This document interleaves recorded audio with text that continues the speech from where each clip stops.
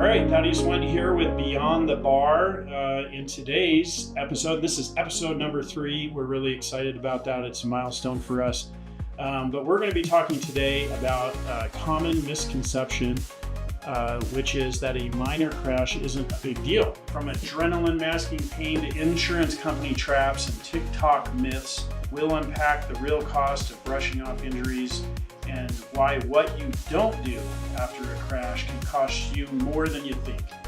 Then we're going to shift gears and we're going to talk about 2 major stories in the headlines. The first one is the legal fallout from P. Diddy, the P. Diddy trial, which is now in jury deliberations. And then we're going to cover a little bit. I was going to take it out, but we're going to keep it in some debate over hard fouls leveled at Caitlin Clark in the WNBA. We are also going to just briefly touch on just some common sense safety considerations when it comes to the 4th of July, fireworks. And then in Utah, we have that crazy Pie and Beer Day, or it's actually Pioneer Day, where you can also shoot off fireworks. So just with the drought going on, and then we want to make sure everybody goes home with 10 fingers instead of 9. We'll talk a little bit about that.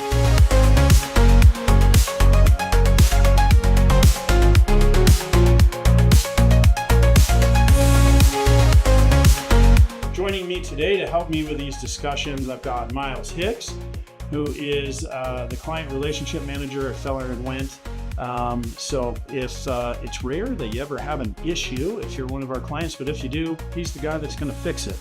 And then also joining us is Randon, and I always say your name wrong, but it's Venom. You got it. Gosh, see, I've been practicing that. Okay, I got it. And Randon is a good friend and also our marketing manager. He not only helps us with the podcast, but everything that we do at Thaddius Wendt, all of our media and marketing content. So they're going to be here. They're great guys, dads, part of our local community. So I'm excited to get their feedback about everything from the legal considerations and then all the other stuff that we talked about. So let's jump into it. Minor accidents. And we don't even like to call them accidents at Thaddius Wendt. We like to call them collisions. Because we don't believe that there are actually accidents. We have to use that term for marketing purposes because it's the common vernacular out there. But we don't think that any of these collisions out there or premises liability issues or dog bites, those aren't really accidents. Those are conscious decision. They're results of somebody's conscious decision. And it's not that they intended to hurt anybody when they do that, but a mom intended to actually take her eyes off the road and look back at her kid, and that distracted her. A teenager consciously decided to text while driving. I mean, these are all things that, yes, the accident happened, but it wasn't accidental. That was a result of a conscious decision. But when you're talking about these minor collisions, there can be major consequences. So we're going to spend just a couple minutes talking about this, but and I want to bring you guys in on this too. Have either of you been involved in any kind of collision, and specifically like a minor collision? I don't know the answer to that. But go ahead. I've been twice. Okay. Yeah, twice. All right. Fortunately, both times were not my fault. Okay. And oddly enough, were both less than like a half a mile from where I lived. Really? Do you know the stats on that? You know They're crazy. I read that something like 80% of all collisions happen within 5 miles of where you currently live. And not only that, like that chunk, something like 70% of that chunk is all within like 2.5 miles. Yeah, I was going to say the stats I remember saying, and don't quote me on this, was like 80% of collisions happen within 2 miles of your... Yeah, it's insane. It's nuts. If you think about it, it kind of makes sense. I mean, that's the majority of where your driving is going to be. Yeah. Well, that's where to and from. You talked about earlier, people like the conscious decision to do certain things. Most of the time, it's because everyone feels comfortable in that area and they don't think to stop all the time and, to stop. I've driven through this thing like 8,000 times. I know. Right. Or, you feel comfortable because you know where you are. So you think you can take your eyes off the road and text and or you're like leaving your house and you're like, oh crap, forgot to send that message, or oh, I need to let them know like we're leaving the house, or whatever it might be. You got to check to make sure the garage door is closed. Yeah. You guys have the I know you don't have a garage door yet. It's Not coming. yet. It's coming. Not yet. But I've got those things where I can check in there, and I've got to be honest. I try not to look at my phone. That is one thing. Now that you say that, I'm going to have to check myself.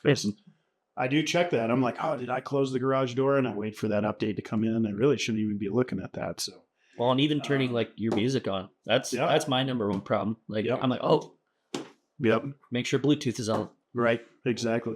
You guys ever done that, like the autopilot thing too? I mean, I think of that in the 2 miles. Like there's sometimes where I like get to my destination. I was like, here, I'll be in Yeah. I mean, I probably drove safely, but I'm just like on autopilot. Yeah, just that muscle memory. Yeah, I think that all contributes. How about you? You've been involved in a collision at all? Fortunately not. I mean, Weak. Come on, get out there. Drive faster. no. I seriously, like, I'm extremely fortunate. I've never been in one. However, I did study engineering for 3 years in college, and so lots of physics classes, lots of math, right? Yeah. And the physics that goes into an accident, and even just 25 miles an hour, just the impact from a vehicle going 25 miles an hour is huge. Yeah. And so even though I haven't necessarily been in one, being able to understand it from more of a mathematics perspective, and the toll that it takes on your body and the vehicle and other things that are inside that vehicle, it's really impressive and intimidating if you really think about it and let it sink in. Yeah, if you do it.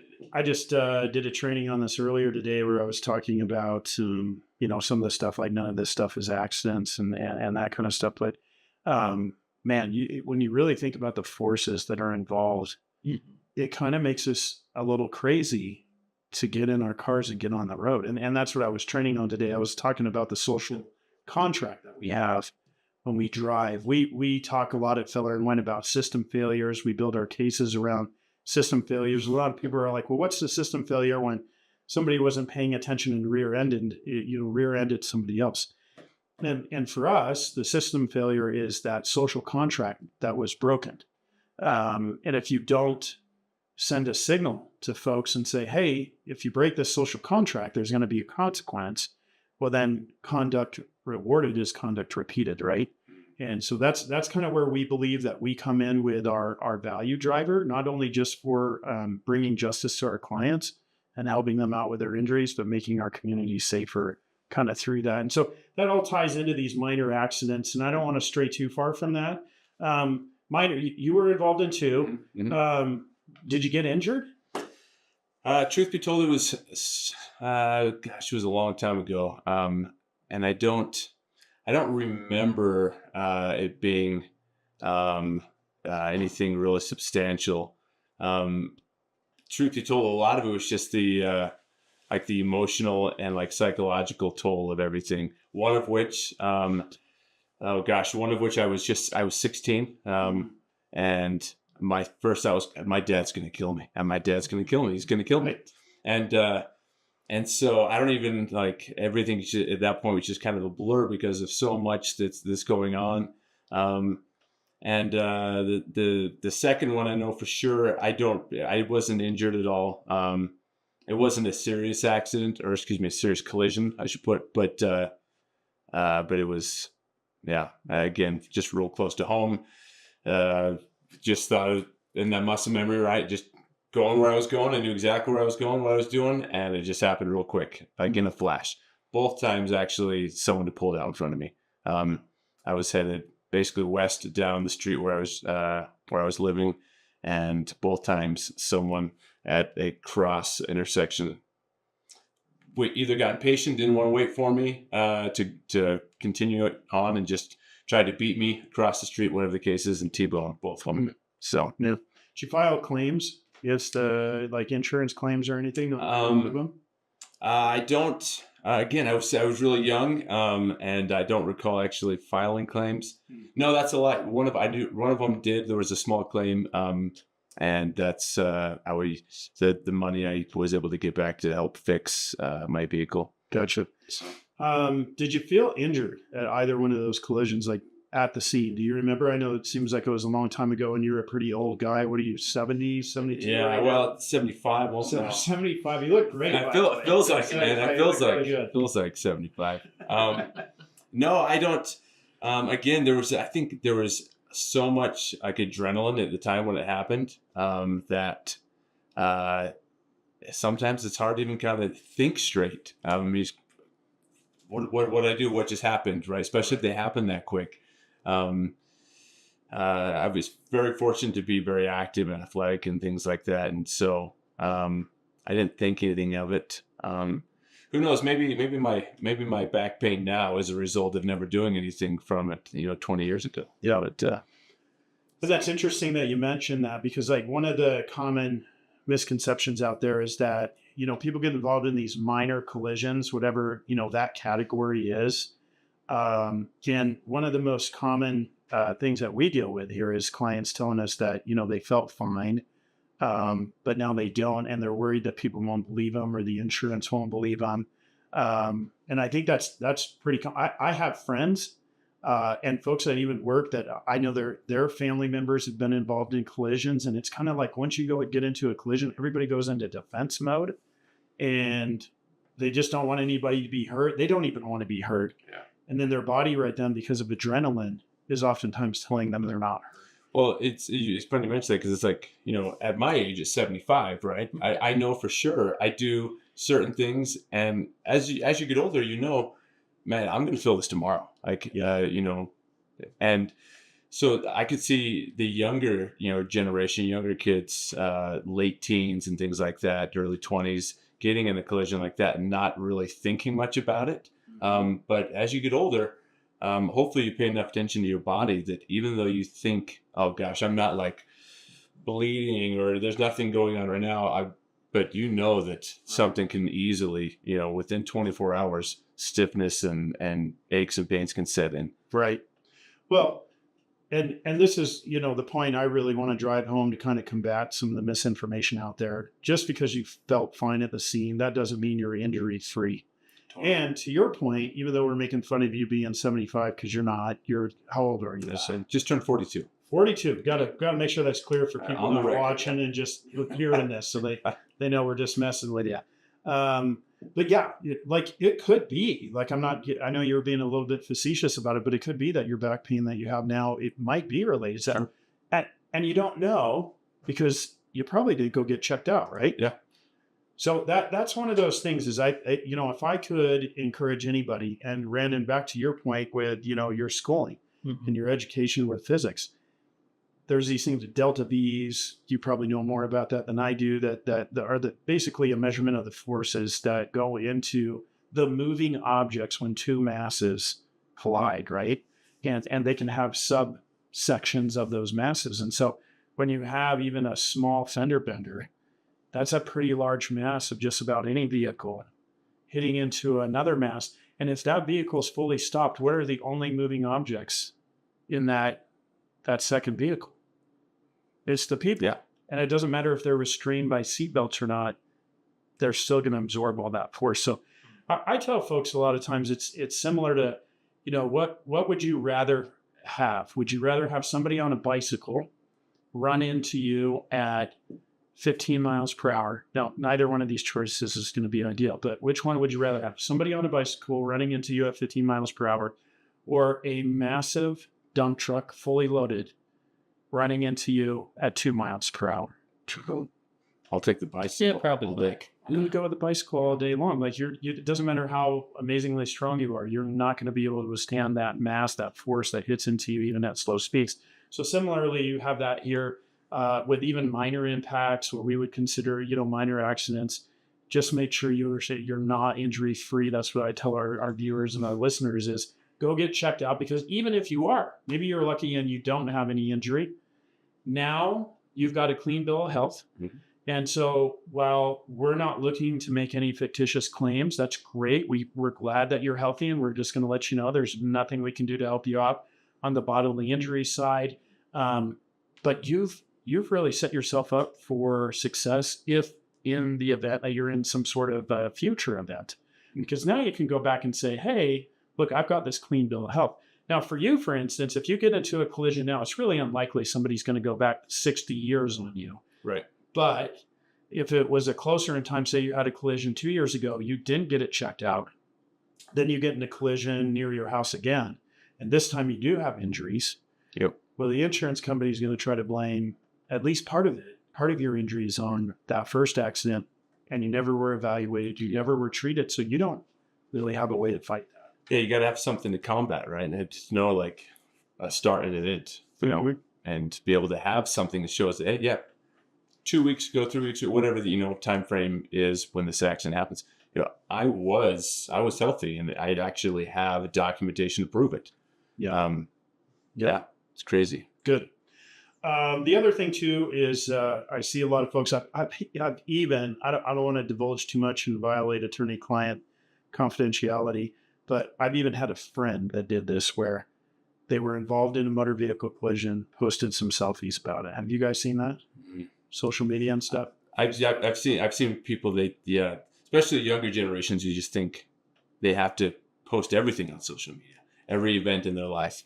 And that's just bizarre to me. Yeah. I think. Yeah. And why? Like, Brandon, what do you think? I mean, why is that not a great idea? Well, to go back to the first part, what's our natural tendency these days? We want to document everything through our phones, right? Right. Well, what's the next natural step in that process? It goes on social media. Right. But to answer your question about posting it, at least in my opinion, I feel like that might be dangerous because you aren't allowing the proper authorities to take action first. But then also, I mean, maybe it could open it up to, things being pointed out that could hurt your case. Yeah. And that you really didn't notice or intend to include. So. Right. My first thought. No, and I think that's spot on. And I think the disconnect is, again, it's a minor collision. You've got the adrenaline going. You're worried dad's going to kick your butt. Whatever it is you're thinking about, all sorts of other, you're trying to make sure you're okay. The other people are okay. You're being a decent human being, and you don't really feel any pain yet. And you might not, for a couple days, right? But what you're doing is you're posting all this material that shows that you're okay and you're walking around.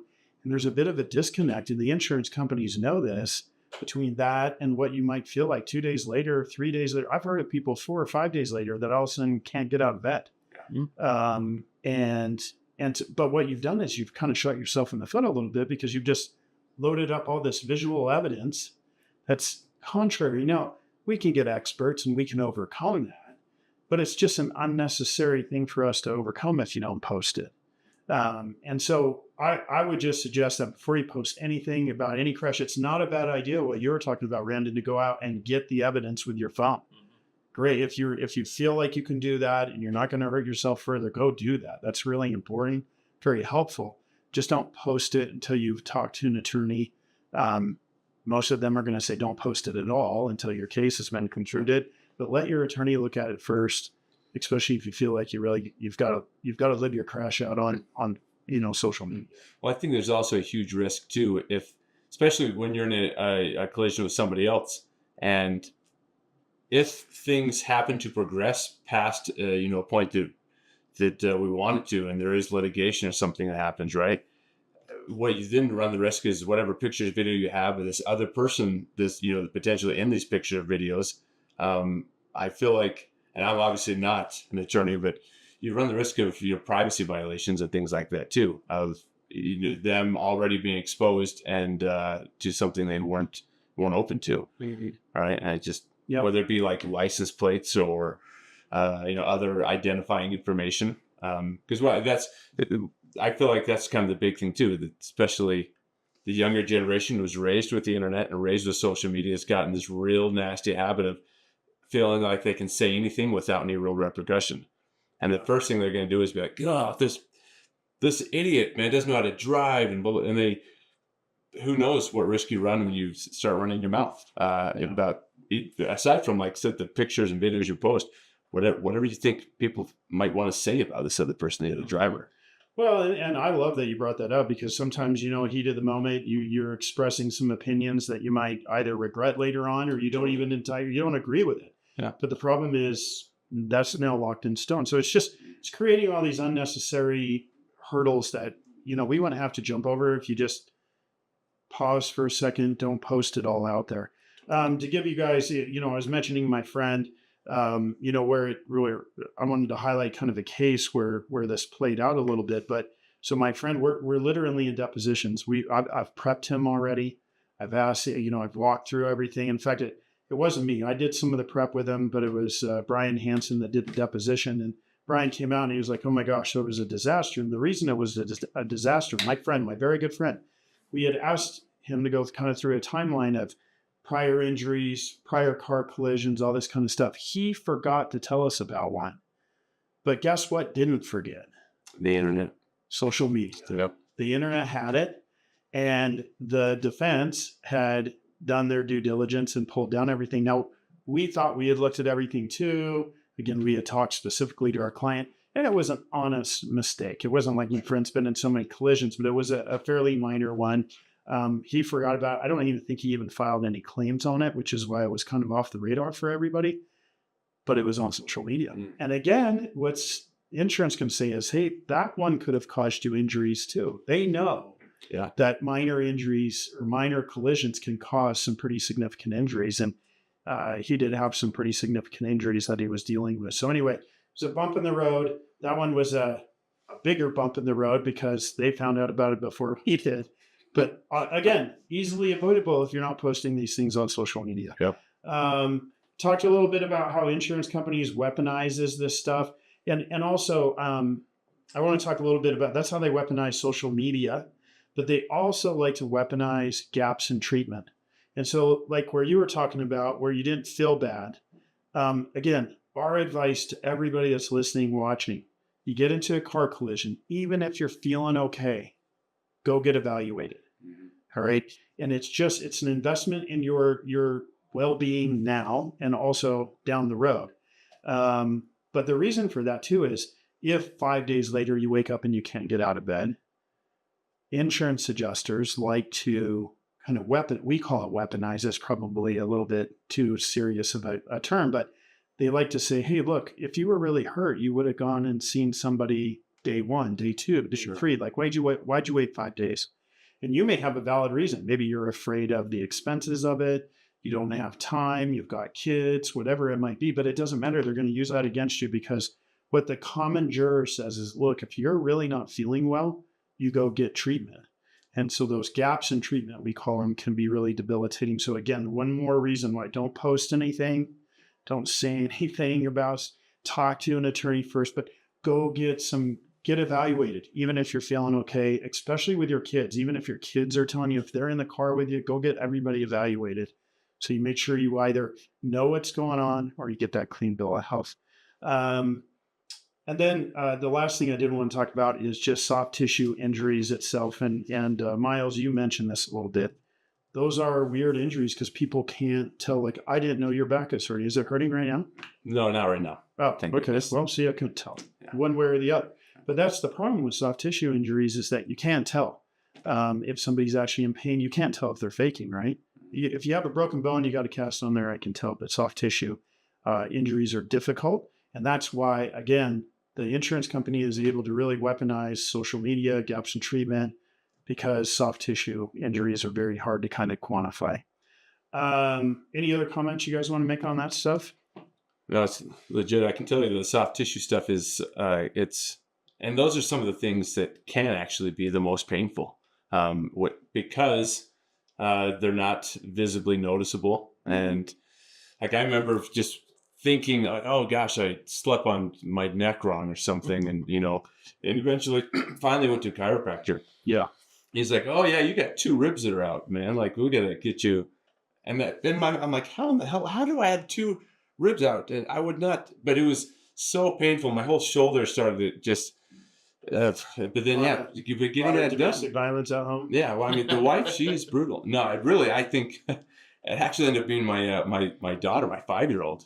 But this happened a couple years ago, but I was, just pitching in to try and be a good dad and help out at home and hold the baby more and things like that. And it just was an adjustment to start carrying all this different weight differently than I was used to. Like those things, they can fly under the radar and they can cause a lot of pain. And like I said, no one can really visually see them, but get it checked out, get a professional, take a look at it and tell you what's going on. For sure. Yep. And again, you just don't know. You know, get evaluated because you don't know when you have a minor incident that if left untreated, there's a lot of research on that too.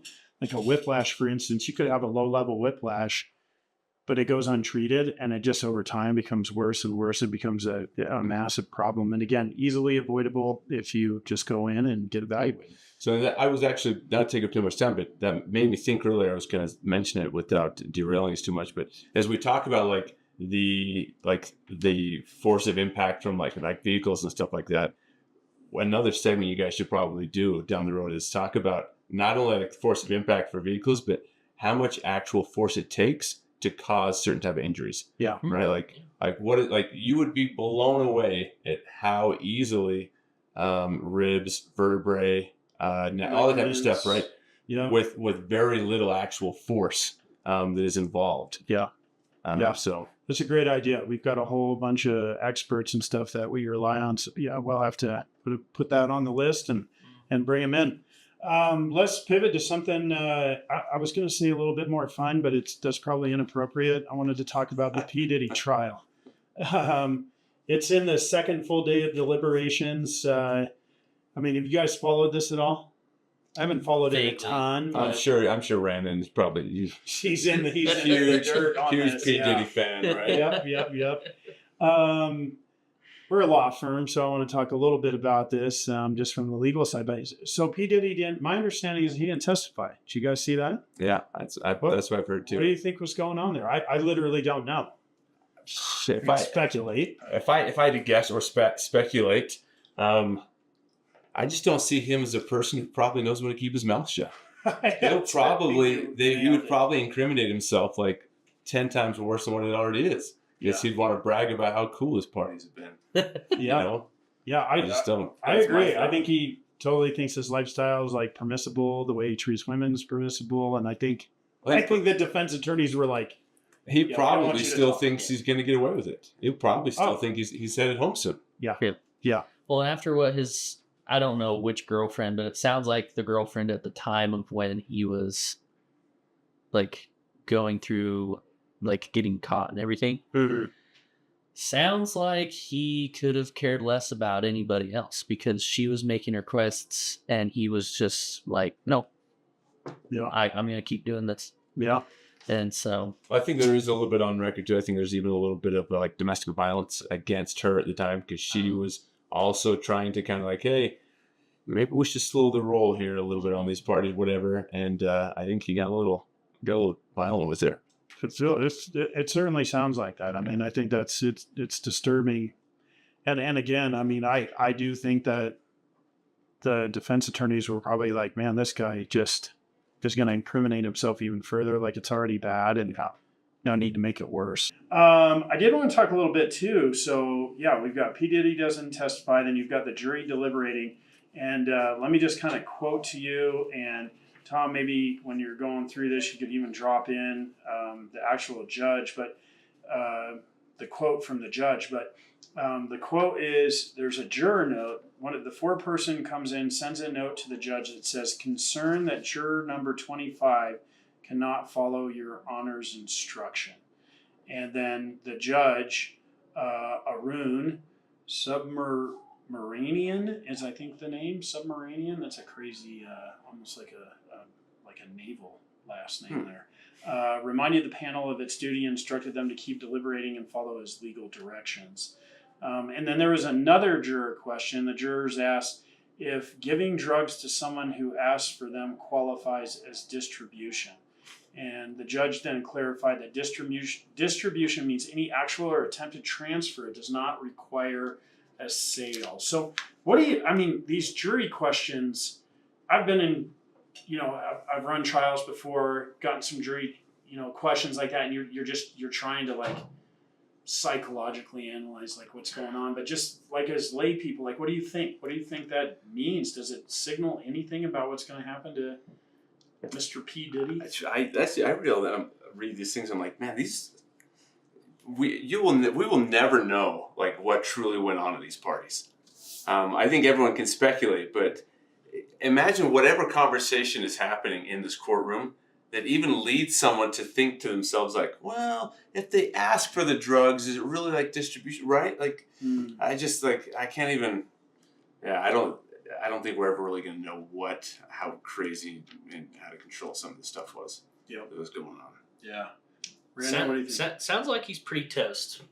Because I think so. if these are the questions that are surfacing, it sounds like they're pretty convinced that the evidence is supporting that he is indeed guilty, that he did some really dumb and inappropriate things. And now they're just trying to figure out what was the line, like how bad was it? Yeah. So, well, what's he up against right now? I think life, right? Yeah. Versus what? 50 years to life. It doesn't sound like if they find him guilty, does any time at all. It doesn't sound like, at least we're hoping, not a slap on the hands. I mean, he's gonna. That's where I just like, to me, I also think like it's crazy that we're gonna assign someone 50 to life, and he's already like 60 something, right? Like there's 50 he's certainly gonna die in there. Yeah, you would think so.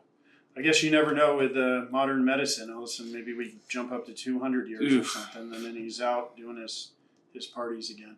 All right, this question isn't on here. You guys don't know this. I was a little hesitant to reveal surprise this. Questions. My gaming name is T. Diddy. oh dear. And my brothers brought that to my attention and said, hey, you might want to consider changing that. And I said, hell no. I was T. Diddy before he was P. Diddy. So that's messed up. But I also worry about the connotation. So what do you guys think? Should I change it or not? Was T. Diddy short for Tough Daddy? No, it's actually it's one of my wife's good friends, and she actually was helping me study for the bar, and I don't know why. Who's the guy with the clock? The comedian kind of personality. Is it Flava Flav. Yeah. So we just were kind of joking around, and I don't remember what weird nickname I came up, and we would shout out Flava Flav, and then call each other different names. She just kept calling me T. Diddy. Out of curiosity, we don't have to go into a ton of detail, but what games do you play? Oh, I used to play a ton of Hearthstone, and I've stopped so I can spend more time with my kids. I feel like Zelda is my number one. So I don't think anyone's gonna like see T. Diddy and then see you playing like racking up 150 hours or whatever on like Zelda and be like, that's probably a reference to P. Diddy. I don't think they're gonna think that. If you were playing like Grand Theft Auto, and it's like T. Diddy, you might get some eyebrows raised. Yeah. But So. That's I was just like, gosh, guys, why'd you put that in my head? Now I'm worried about it. So now that we have to, I mean, that's the exact reference I was gonna make. Is if you were, in the context of Grand Theft Auto, then you probably want to change that. Yeah. So that being said, my gaming handle is that one guy we hate. Should I change mine? I don't like. It's literally That's all one word. Yeah, that one guy we hate. And you know why? I love it because anytime I play with my boys and we play like Fortnite and stuff like that, and it's always like, you got killed by somebody, and then it's like, I got killed by that one guy we hate, and it's like it's just like the whole thing flows. So that's there pretty you go. Cool. Yeah. That reminds me of my wife is a very conservative lady, but I was in Iowa and I met some of her less than conservative cousins, and the one guy comes out to me and he was like, hey, Thaddius, I tattooed your name on my ass. And I said, you did? Like, my name's pretty unique. Do you even know what it is? And he's like, yeah, it's Thaddius. And I was like, you tattooed Thaddius on your ass? And he's like, no, I tattooed your name on my ass. And he literally did. He had a buddy of his that was going into becoming a tattooist or whatever, and tattooed your on one cheek and name on another cheek. I was like, why would you do that? Did he lose a bet? No. What? No, I don't Last know. place finish if he lost a bet, fantasy football. Last place finish shoot. gets your name tattooed on my ass. So we've got a couple more minutes here. Let me shift real quick. I had taken it out, but I said we'd talk about it. Caitlin Clark, she's getting fouled really hard in her rookie year.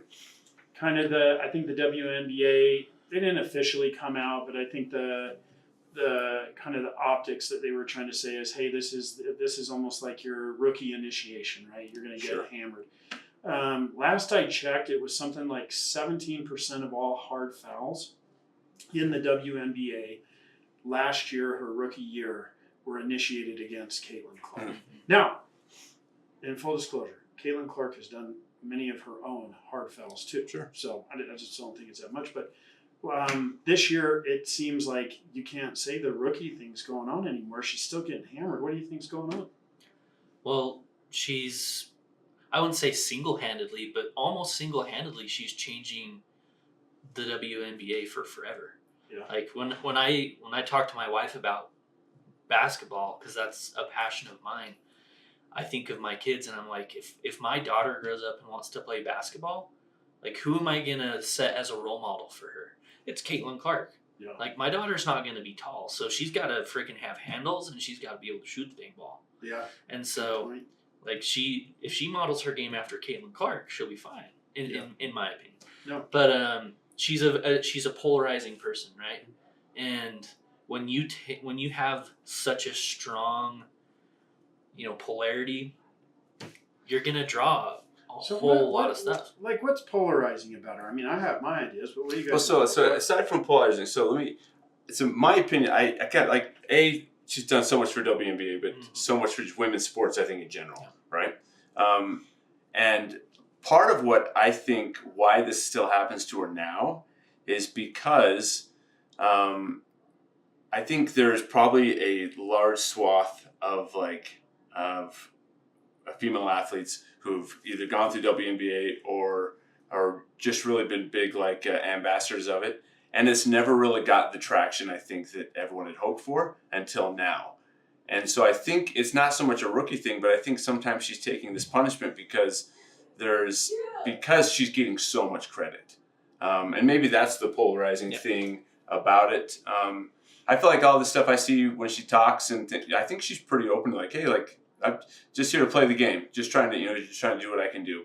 I think the polarizing thing is that I think just where she is now, she's getting so much credit. She's one of the first athletes to get I think a big deal, doing shoe deal and stuff like that. Yeah. And I think a lot of other people are really kind of bent that they helped build this thing, and they are literally giving her the vast majority of the credit for it. Mm-hmm. It seems so weird too because I see with her, I know there's racial overtones.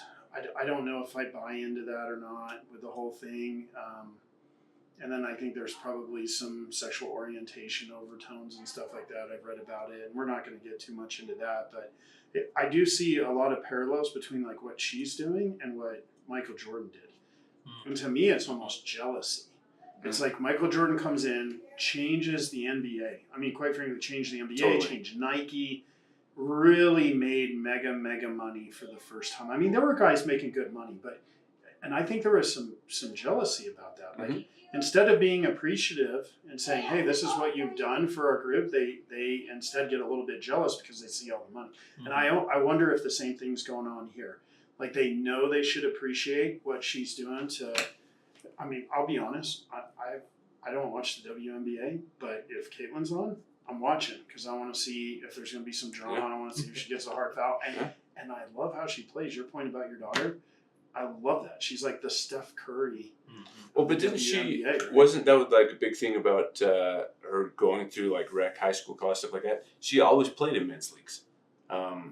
For when she was younger, she played in men's leagues and stuff like that because that's where all the talent was. Yeah. And so she she's crazy good. And she's physical. Yeah. I think she's that's the other part too. I don't think it's as nefarious as the media is making it out to be. I think she's a very, very physical player. Mm-hmm. She's like a Larry Bird. I know I keep making all these, I'm a sexist because I keep taking it back to men, but she's super physical. I played basketball. I just played in the tournament this weekend, and I'm a very physical player, and it makes me think that I think that's how she is. And the response is physicality. Was it Especially down there. It's a war when you're in the box. And Well, that's what where is, she's getting hammered. that her teammate this now suddenly got a ton of spotlight. The blonde gal that it's been all over like social media. There's one of their last games. There's really hard fouls, and then the girl came down of like layup, and Caitlin Clark's teammate full on just like bear hugged her and like kind of like threw her to the ground. Yeah, and it was a big thing, and she. She now has like 2 million like followers on Instagram, really? all this type of stuff, and she's kind of been hailed as this because Caitlin Clark's getting so much physicality and a hard foul, so they're like she's being hailed as like the Caitlin Clark protector now. Yeah, and I wish I knew her name, but that's like a Well, whole other thing. I know. I remember hearing about Caitlin's foul on Angel Reese. This has probably been a month and a half ago. Yeah. And when I heard about it and I read about it, I thought, gosh, man, they got to give this girl a break. I mean, now not only is she getting flagrant fouls, fouled against her, but then now she goes and she's, matching the intensity. And so she's getting a flagrant foul. But then I saw it and I was like, oh yeah, that's a flagrant foul. Like she hammered the crap out of Angel Reese. And I was like, I get it. Like, and that's why I think, I think it's a lot of it's physicality. I hope it's not about a whole bunch of racism and, people think she's the great white hope or something for WNBA. I hope we're past that, but, maybe there's part of that too. Last thing here, we got just a couple more minutes. We talked a little bit at the beginning here, or I did anyway. I want to turn it over to you guys. Fireworks, they're coming up. 4th of July is Friday, just days away. You guys doing fireworks or not? Take it away, man. So we still have like little kids, so we don't go too crazy with fireworks, but it is fun to light off some of the like colorful ones that stay on the ground. Yeah. We live next to a very large abandoned school yard. Oh, that's so nice. Lots of dry grass. Yeah. So we always make sure to have a It's not good. I thought you were going to say lots of pavement, but you're right. You do have a lot of grass too. We keep a 5-gallon bucket on hand, full at all times, just in case. So Gotcha. That's smart. That's a good safety tip. Yeah. Tell me your craziest fireworks story all time. Just your typical young boys out with bottle rockets, having bottle rocket wars. That not the brightest moment, but good news is you sit here with both of your eyes. Yeah. So you didn't poke your eye out. That's great. We're still here. Miles, how about you? We're not huge firework people, mainly because I just I think it's just insane how much they cost. They get so expensive, and I agree. But I'm also very fortunate. We have a neighbor right across the street who's a retired vet, and is very close to his family. Like, in fact, he has 3 boys who have all served in one branch of the military or another. Awesome. But they love the 4th of July, and they come over, and they're also very responsible. Take all the safety precautions, but they literally will just put on a show. So we get to go sit out comfortably in our driveway. So and, tell folks, what are those safety precautions? Yeah, so the big 5-gallon water bucket obviously is nice. Always have the hose nearby. Some of the other ones you jotted down that I wanted to touch on, thought was really important, was never light fireworks while impaired. That's because the 4th of July is a week, especially this 4th of July coming up. It's on a Friday. Yeah, good point. It's a long weekend. A lot of people are going to let loose a little bit, and they'll want to enjoy themselves. And that's where I think you're going to make some mistakes. Your judgment's impaired. You're going to go out there thinking maybe you're far enough away, or you'll think something's funnier than it's supposed to be, and do some bottle rocket stuff, right? Things like that. So, and myself, as a beer drinker, I know how that can happen. Be safe out. Don't do anything while you're impaired. That's the biggest no-no.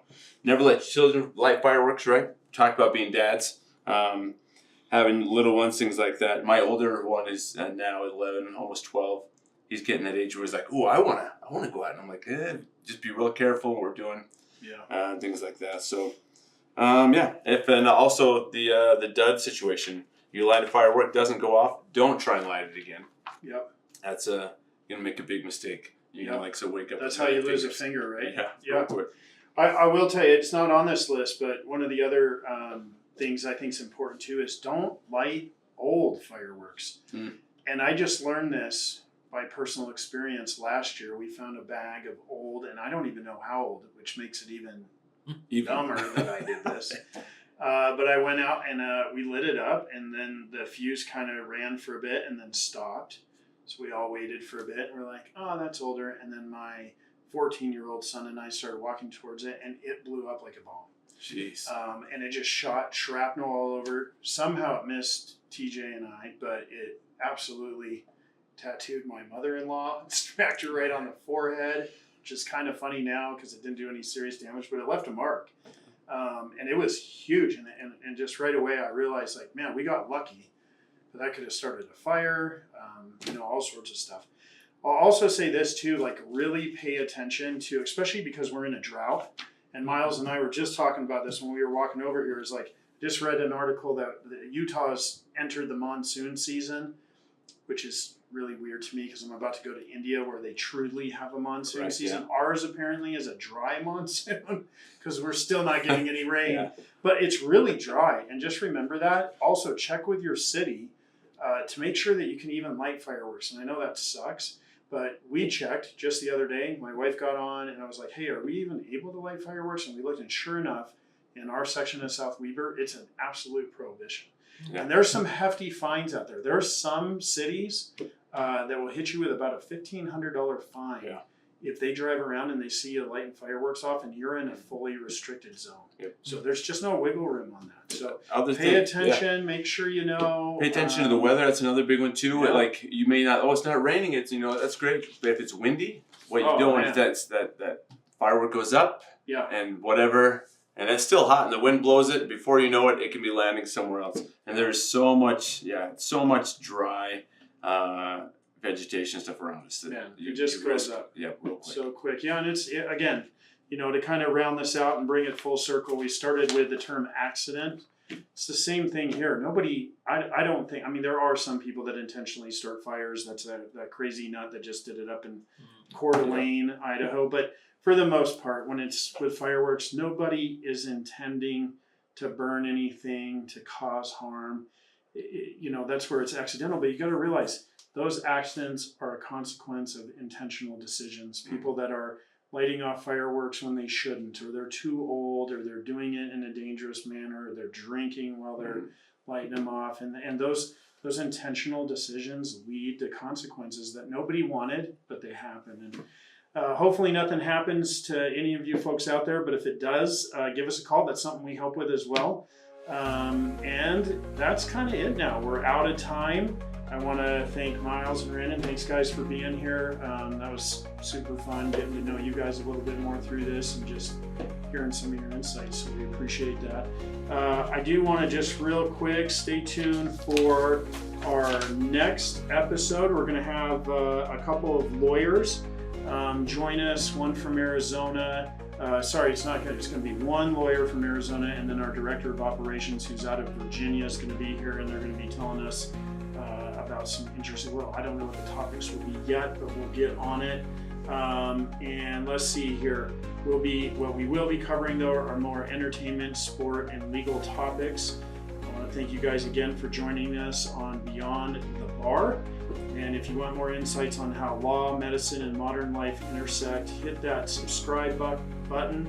Until next time, stay safe, stay smart, and don't believe everything you see on TikTok. Yes. Thanks, everyone. Love it.